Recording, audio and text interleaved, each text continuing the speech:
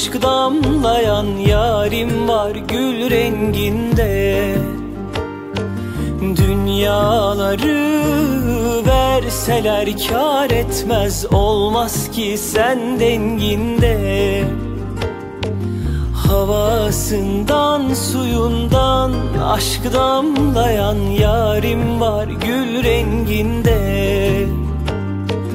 Dünyaları verseler kâr etmez, olmaz ki sen denginde. Aşkıdır ruhumda yankılanan, duyduğum her seste. O can ki sevdası sonsuzumdur, aldığım her nefeste. Son aşkım ilk yarim, can bildiğim, vefalı sevdiğimsin. Derdimi derdinle böldüğümde ömrümü verdiğimsin. Son aşkım ilk yarim, can bildiğim, vefalı sevdiğimsin. Derdimi derdinle böldüğümde ömrümü verdiğimsin.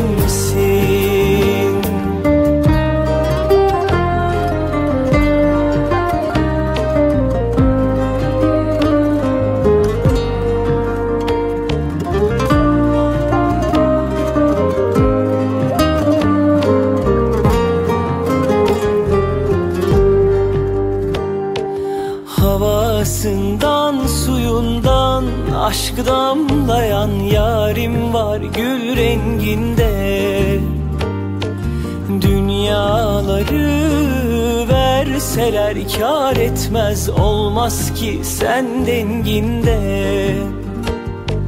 Aşkıdır ruhumda yankılanan, duyduğum her seste.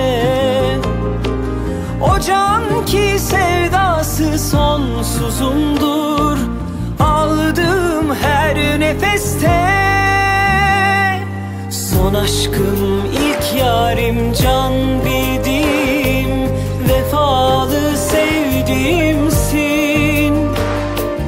Derdimi derdinle böldüğümde ömrümü verdiğimsin. Son aşkım ilk yarim, can